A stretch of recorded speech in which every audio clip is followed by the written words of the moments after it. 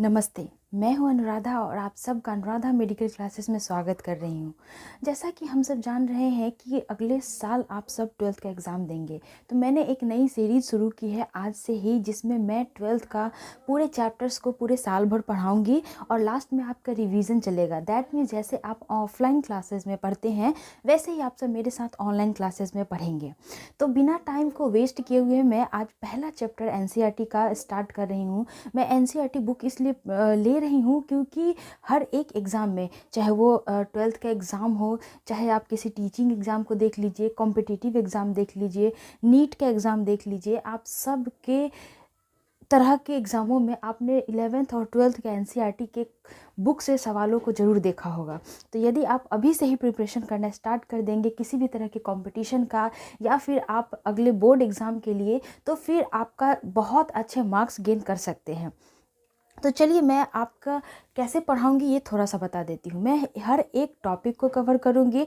आप मेरे पढ़ाने के बाद एनसीईआरटी बुक को अपने पास रखेंगे और मेरे पढ़ाने के तुरंत बाद आप बुक को पढ़ेंगे और आपको पूरा एक एक कंसेप्ट समझ में आएगा। यदि आपको कहीं भी डाउट होता है तो कमेंट बॉक्स में कमेंट करके सवाल पूछेंगे या फिर आप मुझे इंस्टाग्राम पे भी फॉलो करके वहाँ पे अपने सवालों को पूछ सकते हैं। स्पेशली स्टूडेंट्स को मैं रिक्वेस्ट करूँगी कि आप सब जितने भी लोग मुझे देख रहे हैं वे सारे 12th के जितने भी बच्चे हैं उनके पास ये वीडियो को शेयर करेंगे और वो सब भी अपने इस ऑनलाइन क्लासेस के माध्यम से अच्छे से प्रिपरेशन कर पाएंगे।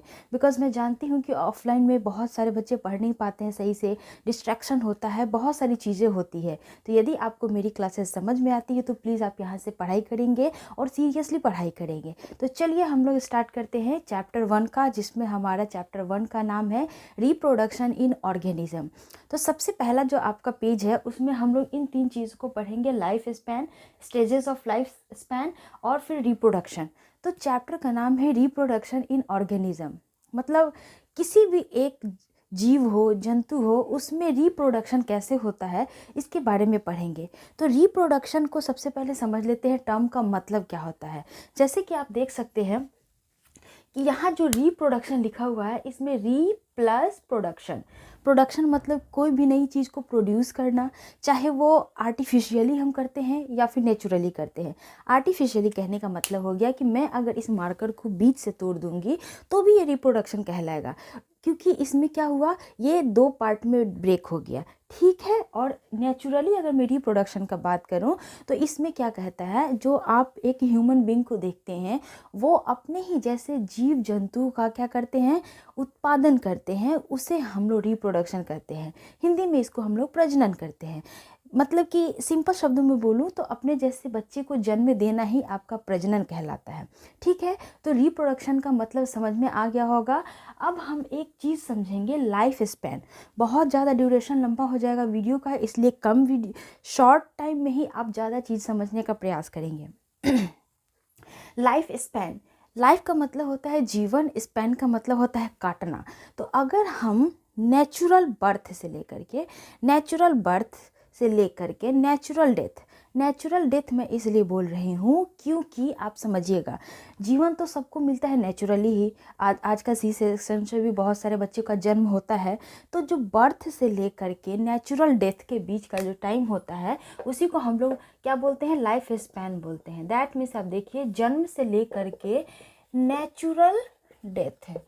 यार इस बात को बहुत ही ज़्यादा ध्यान रखिएगा कि यहाँ पे नेचुरल शब्द जोड़ना बहुत ज़रूरी है, क्योंकि मृत्यु जो होती है वो आप किसी भी एक्सीडेंटल व्यू से भी हो जाती है। कभी कभी आप देखते हैं कोई सुसाइड भी कर लेते हैं, तो इस तरह से चीज़ें होती है और लोग मरते भी हैं। लेकिन नेचुरली मतलब आप अपने जीवन को बहुत अच्छी तरह से व्यतीत कर चुके हैं, सारी चीज़ें कंप्लीट हो चुकी है, अब तब जा कर के अगर आपकी मृत्यु स्वयं होती है तो फिर इस के बीच का जो टाइम पीरियड होता है उसी को हम लोग क्या बोलते हैं, लाइफ स्पैन बोलते हैं। तो हम लोगों ने क्या समझा लाइफ स्पैन का, द प्रोसेस।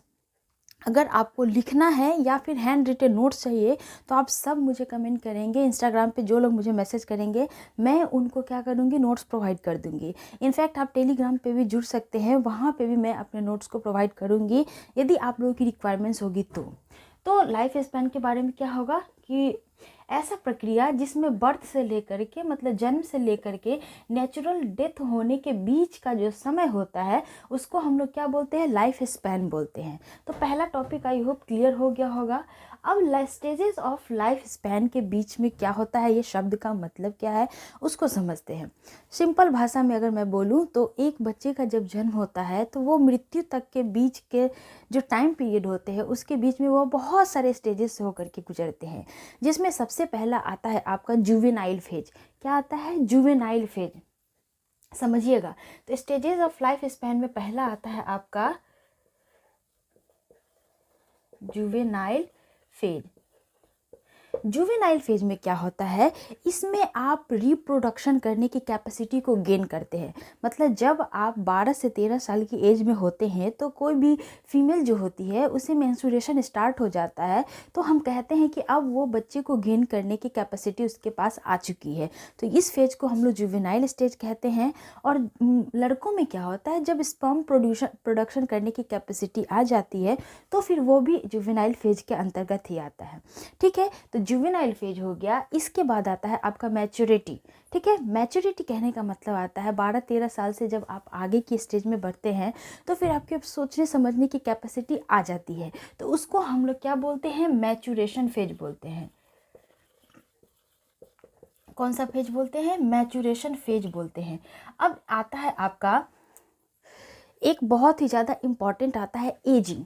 क्या होता है, एजिंग। एजिंग समझते हैं, नहीं समझते हैं तो मैं अभी समझा देती हूँ। ठीक है, एजिंग का मतलब होता है एज का बढ़ना। जब आप धीरे धीरे 25-30 साल के एज में बढ़ते जाते हैं तो फिर आपके फेस में बहुत सारे चेंजेस आने स्टार्ट होते हैं, बॉडी पोस्चर में चेंजेस आने स्टार्ट हो जाता है। तो फिर जब आपके बॉडी स्ट्रक्चर में, फेशियल स्ट्रक्चर में चेंजेस आना स्टार्ट हो जाता है और वो दिखने लगता है। ऑब्वियसली चेंजेस रोज़ दिन होते हैं लेकिन वो दिखाई नहीं पड़ते हैं। लेकिन एजिंग में क्या होता है, नाम से स्पष्ट है, जब एज में बहुत ज़्यादा चेंजेस होना और वो चेंजेस आपके फिजिकल और फिजियोलॉजिकल स्ट्रक्चर में देखने को मिलता है तो फिर हम इस स्टेज को एजिंग बोलते हैं। इसके बाद आता है आपका सेनेसेंस। सेनेसेंस आता है, उसके बाद आपका इसी के साथ डेथ आ जाता है। सेनेसेंस कहने का मतलब बहुत ज़्यादा जब लास्ट स्टेज आ जाता है जिसमें हम मृत्यु के करीब होते हैं, तो ऐसे स्टेजेस को हम लोग सेनेसेंस और डेथ का स्टेज बोलते हैं। आई होप आपको ये 3 चीज़ क्लियर हो गया होगा, क्योंकि मैंने रिप्रोडक्शन पहले ही समझा दिया है। अब हम लोग कल के इस लेक्चर के सेक्शन में कंटिन्यू रहते हुए हम लोग का रिप्रोडक्शन के टाइप को पढ़ेंगे। और मैंने जितना पढ़ाया है आप एनसीईआरटी में टॉपिक को पढ़िएगा। जो भी डाउट्स आता है आप मुझसे ज़रूर पूछिएगा, मैं उसका जवाब ज़रूर दूंगी। चलिए मिलते हैं नेक्स्ट वीडियो में। लेकिन वीडियो अगर अच्छी लगी हो तो वीडियो को लाइक, शेयर और सब्सक्राइब ज़रूर कर दीजिएगा। धन्यवाद। जय हिंद।